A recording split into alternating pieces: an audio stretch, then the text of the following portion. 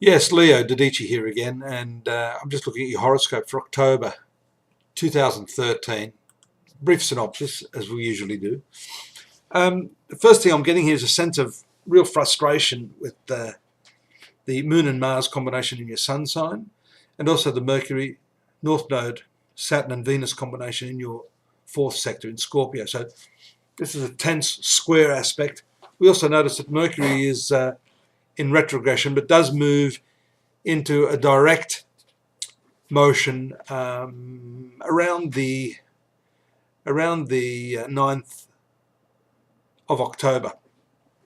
Actually, maybe a little bit earlier than that, producing some nice aspects there to Pluto and to Saturn. But definitely, you need to curb your anger this month and your frustration. Firstly, the Moon and Mars in your Sun sign does that. That is a very strong emotional reaction when we see that. And the fourth house of your horoscope has to do with your domestic situation. So this area of your life is definitely in focus. It's under the spotlight.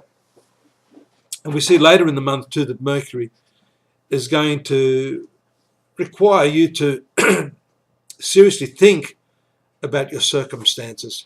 The specific date on that, as I said, well, there are two dates actually, because it's going backwards and forwards.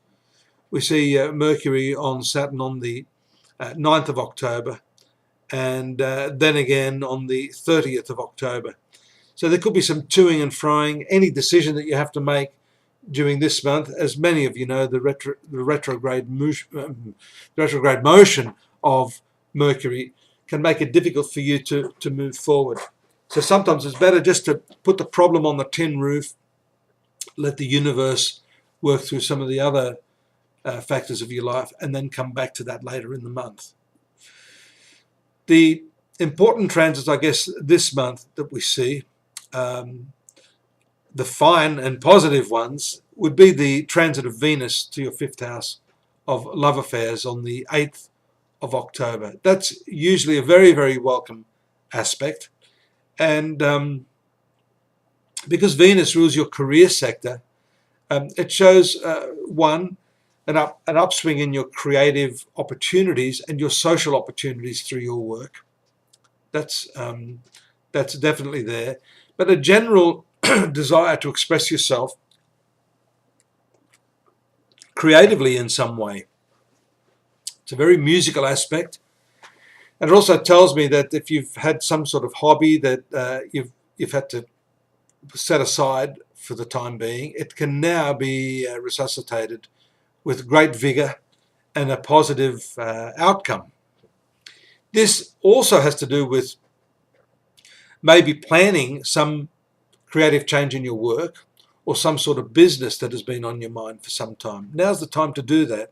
And we see Mars moving to the zone of finances on the 15th of October can give you the green light to go ahead and do something in that respect.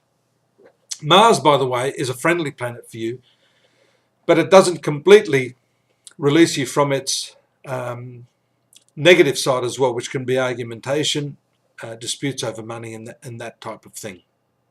So be careful of that leading up to the 15th of October.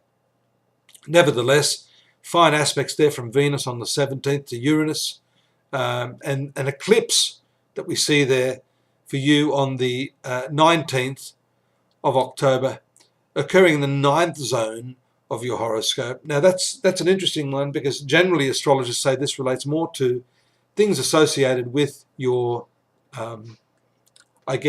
travels, higher education, the usual sort of stuff. But the way I look at this, the 9th house also has to do with your past life or your karma, but also things you've done in this life itself previously.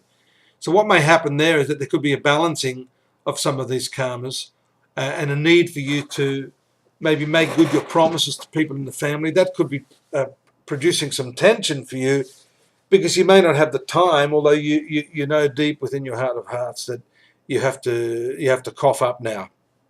Best to do it, best to get those obligations out of the way now, and then you can move on. And we do see, for example, peak of this around the 23rd of October when the Sun moves to your 4th house again, that same zone. But Venus producing some very fine aspects to the Sun on the 24th. 23rd, 24th are important dates this month for you, I think, in resolving some of those issues of work versus home. Other fine aspects there, Sun to Neptune from the 4th to the 8th house on the 26th. That's showing also some very, very creative maneuvering, an ability to manage your time, and that's shown also by the Mercury Saturn conjunction on the 30th of October. And that's a very fine aspect for you because it actually concentrates you and gives you the ability to economize with time. And that's precisely what I've been saying, maybe at the heart of the problem here this month.